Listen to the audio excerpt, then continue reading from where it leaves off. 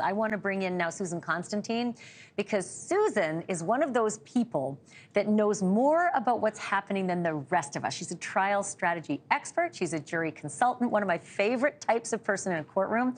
I honestly don't know how it is you do your job so well, Susan, but I really wanted to ask you about the kind of jury that this defense team wanted. Where were they going to use their strikes, their peremptories, their cause? Like, who did they not want on that jury?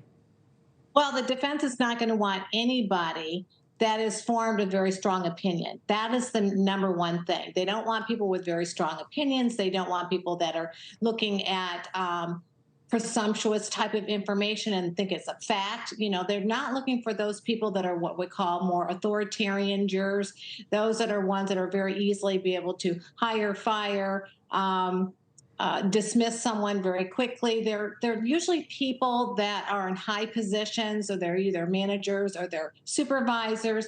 Those are the types of people that make decisions quickly, swiftly, and have confidence when they're making that decision. Yeah. On the other side of that, yeah, I hope you were getting to the peremptories, right? Because if our audience doesn't know the difference, you get some strikes that are for cause, like I hate women. I mean, that's an obvious, right? And then you get the sneaky ones that you never have to explain to anyone unless, of course, you get in trouble and they look over your notes. And those are the peremptories. So for the defense attorneys, this is going to sound crazy, but I'm going to ask it anyway this way. Do they want dum-dums on the jury, or do they want really smart people on the jury who literally have to have the bridge over every chasm where there's reasonable doubt? Oh my goodness, you're going to make me say it, aren't you? Yep. They're looking more people that are more the dum-dums. So, I mean, generally speaking, those are the ones you're looking for. Those that are not really formed those opinions, right? That they're not really strong decision makers. They might be people that are working, and truly, I apologize, because there's so many people that are very smart that are in the service industry. But we're not really looking for those highly educated people. We're not looking for those. We're not looking for those that are that hire, fire. We're looking at just service everyday egalitarian type of people. That's what we're looking for. And we tend to split them down the middle. So when I am starting off my jury selection, I'm already going through the jury questionnaires. I'm pulling out which ones are authoritarian versus egalitarians. And that's my baseline that I work with. From there, then we start asking questions, more, probative questions. And then I'm listening and watching to what they say and how they answer it. And then that's where I decide which ones I'm going to use my preemptory strikes on. And that's how the game is played. It's a game of chess, really. Yeah, it's so funny because you can assume, even you, smart you, can assume that you kind of got a beat on somebody from a few, questionnaires, or even if you're allowed to do individual voir dire. But I remember Jack Ford, law professor at Yale, and also a colleague of mine, an anchor, a legal expert, saying that he was once at trial, and he had this lovely little old lady that was so nice until she opened her mouth at the end and said that people should be executed for parking tickets.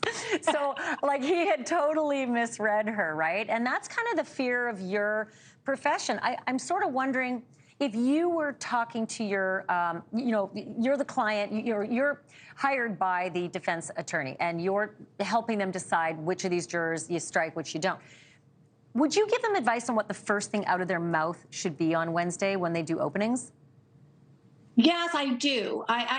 First of all, what I want the attorneys to do is to build strong rapport. First of all, that's the most important thing. I want that jury to really like my attorneys. That's the most important thing. The other thing is I have them open up, they kind of smile, they engage them. And then when they open up, I want them to open up with not what you expect. I want them to feel comfortable. I'm enjoying, this is going to be a process that is maybe long, but I promise you it's not going to be painful. Add a little humor. And I know it's not what you would think, but that rapport building is so important because if the other side tends to be more stoic, more, matter of fact, it doesn't really give that kind of inviting feel. So rapport building is really, really important, but I want to know how they process information on an everyday basis. Whatever they do, whatever their career is, I want to know how they arrive at their decisions, what they do every day. It tells me how they cognitively process information, because that's really important of how, when they look at this case,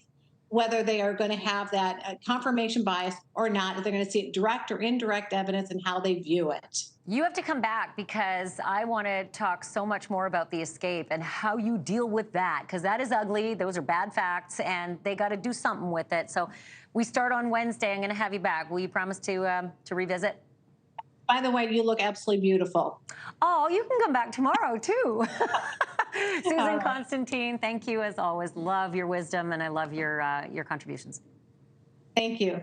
Thank you for watching. Go to newsnationnow.com to find News Nation on your television provider. And don't forget to click the red subscribe button below to get more of News Nation's fact-driven, unbiased coverage.